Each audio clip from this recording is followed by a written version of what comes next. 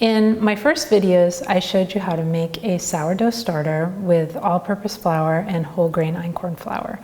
And then I showed you how to make a sourdough levain, which is a piece of starter mixed with flour and water that is left to rise overnight that you use to make your final bread dough. And then I went through a number of my favorite bread recipes made with all-purpose flour. Now I want to get into the basics of baking bread with whole grain einkorn flour. When you bake bread with whole grain einkorn flour, it's a little more complicated than with the all-purpose flour. And as you know, that's true for any type of wheat, because whole wheat bread made with even modern wheat bakes up denser, and it's a little different than baking with a white flour. So the reason for that is because the outer layer of the wheat kernel is polished off or removed when they make a whiter, lighter flour. With our all-purpose flour, we remove about 20% of the outer bran and germ to create a high extraction 80% flour that is lighter in color. And when we make our whole grain flour, we mill 100% of the whole grain einkorn kernel. You can also make whole grain flour yourself if you have a mill. This happens to be the one that I use. I've had it for about 15 years.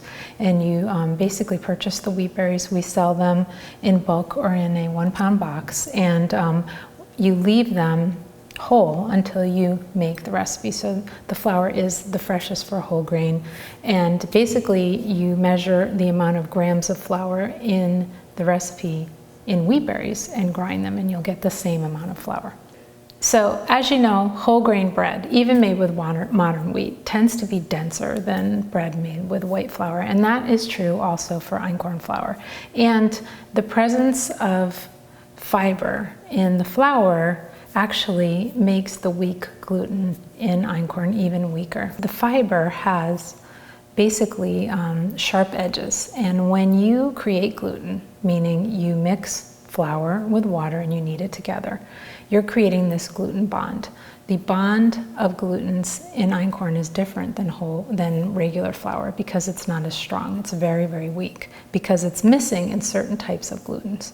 And so basically the fiber, the sharp edges of the fiber, gets in the way of these gluten bonds and creates an even weaker bond. And so what does that mean for your bread? It means that, first of all, you don't have a lot of elasticity, even less than you do when you have with all-purpose flour. So, you know, when you're stretching and you're turning, you know, the dough will tend to tear, so you have to be very gentle. So when you're baking your loaf, it won't be as perfect as an all-purpose flour. It will tend to crack a little bit more. But the reward is this amazing flavor that einkorn has. It's incredibly sweet, and it has a different type of rusty type of color to it because it contains a lot of carotenoids and lutein. And all of that is going to be in your whole grain bread. And when you make it with sourdough starter, it's just the most digestible type of whole grain bread you can make, and it really is delicious. Einkorn has one of the best traits of einkorn is that the whole grain tastes so sweet and nutty and delicious. So to make the standard sourdough whole grain loaf, you're going to make a sourdough leaven, which I showed you in my second video. Basically means that you take a small piece of starter the night before baking and you mix it with flour and water until you get this batter-like consistency. And you let that rise overnight. And basically what that does is it takes a small piece of starter and creates this starter dough that's going to help your bread rise quicker on the day of baking. And that's how I make most of my einkorn breads. It's always worth investing in a baking scale if you don't have one. Measure everything in grams because that will be really accurate. Okay, so you're going to mix in 345 grams of warm water,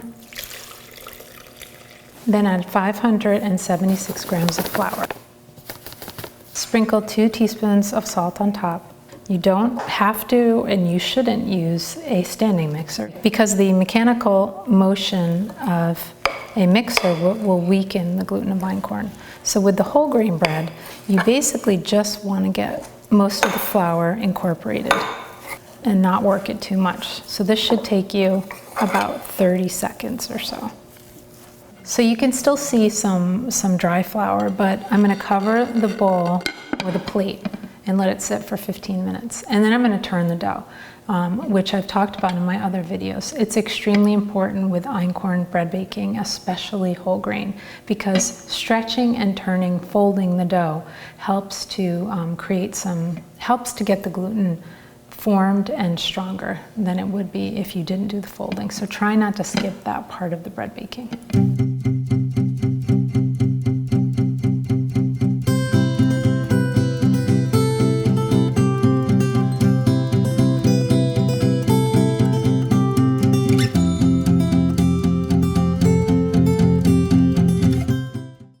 So I've let the dough rest for 15 minutes. The flour has been absorbed by the water. I'm going to turn out the dough and basically just kind of finish off the dough by kneading it just a little teeny bit here on the countertop. To turn the dough, you're going to flour the countertop and just sort of stretch this dough out into a rectangle and then fold it. Fold over one side, the top, the bottom. If your hands get sticky, just have some flour ready and then fold it one more time so you get this nice shape. Then you place it back into the bowl, and while I'm turning, I just keep it covered with a plate, because if you keep taking plastic wrap off the bowl, then it won't really cling as well. Now, the recipe says to turn the dough 2 or 3 times at intervals of 15 minutes after you've mixed up the dough. You can turn the dough as much as you want. You just don't want to keep using a lot of flour. So once the dough starts to get a little bit stronger, you don't even really need to flour the countertop. I just did this, so it's not going to be the same, but basically it's just really kind of stretching it out and folding it. That's important. So if you're looking to have people over, it's a holiday, you want this like great loaf, the best loaf you've ever made, you can continue to turn the dough every half an hour until it's ready to shape. But you don't have to. You can just, if you're home and you want to continue to turn the dough, it's a great thing. If not, just turn it 2 or 3 times at 15-minute intervals. And then when you're done, you can either keep the plate on or cover it tightly with plastic wrap and let it rise for, the total time it should rise is between 2, 3, 5 hours, depending on the weather and your starter. In the beginning, when you start and you have a fresh starter, maybe it's cold in your kitchen, it might take a really long time, 7 hours. You're gonna have to judge that time. What you wanna see is that the dough has risen about 20–30% and it doesn't have a lot of pitting at the top of it. Then you're ready to shape. And if by some chance you see that the dough is rising really quick but you don't have time to shape it, you can just slow things down by putting it in the refrigerator until you get home or you're ready to shape after that.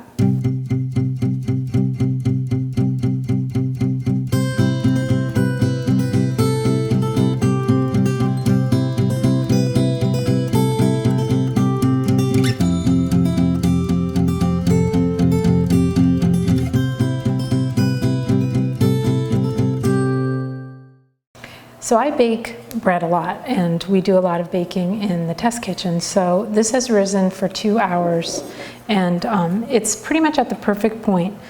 It's a little rounded on the top, it's risen a little bit, and you just start to see a little teeny bit of pitting on the top. The important thing is to catch the dough at the right moment. So you don't want it to get all bubbly on the top, because if the whole grain bread overproofs, then it doesn't really have a lot of strength in it later to rise up again when you put it in the oven. So just try to keep an eye on it and judge it by the strength of your starter.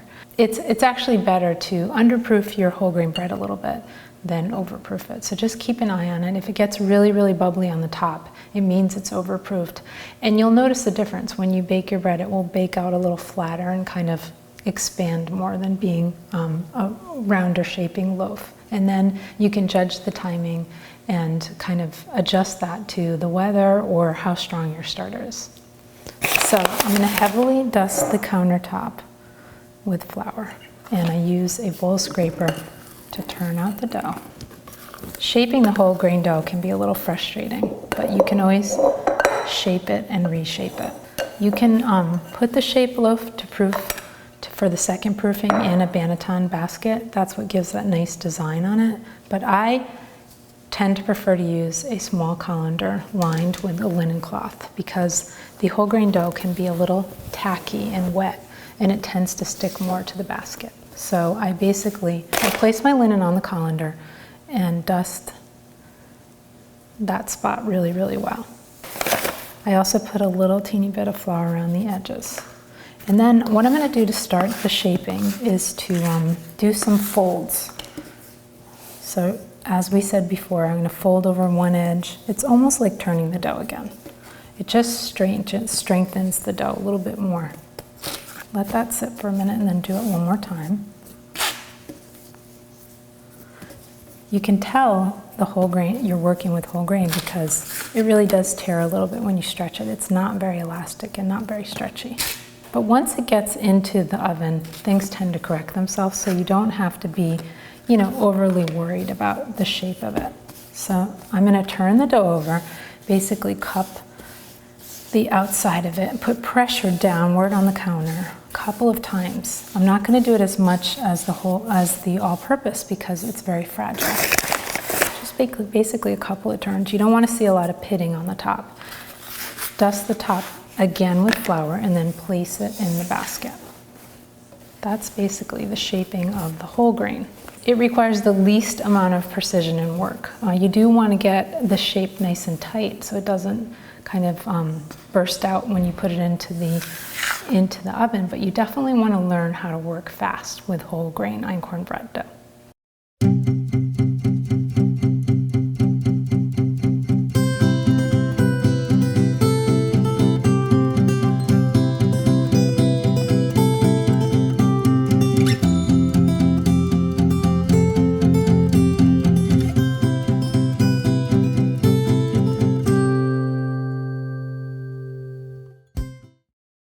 Okay, so the second proofing is done. You can see that it's filled out a little bit.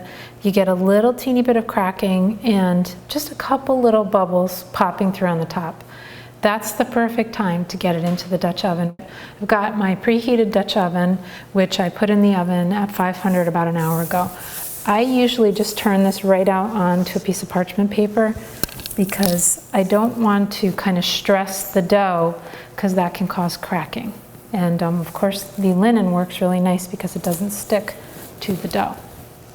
When I slash the whole grain dough, I don't go too close to the edges because it's going to continue and sort of crack. So I make a little shape in the middle. I just do a little square, and the dough is going to expand. So the pattern will sort of stretch out. I sort of support the loaf and plop it in here so that it doesn't crack on its way into the pot. Cover the pot, put that in the oven at 500 for 20 minutes, and then you'll uncover it after 20 minutes and let it cook for about 20 minutes more. I usually lower the oven to 475 and let it cook for 20-25 minutes depending on how dark I want the bread to be.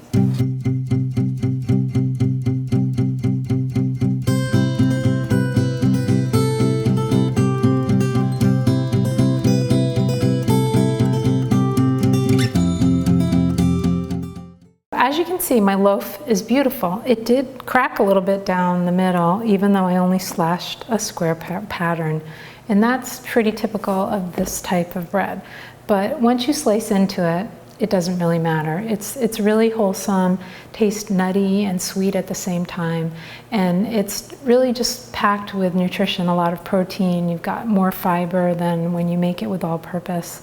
And the sourdough process makes all of these added nutrients more bioavailable to you. So it's really just a totally nutritious way to go. And I really hope that the tips in this recipe will help you get closer to the perfect whole grain einkorn loaf.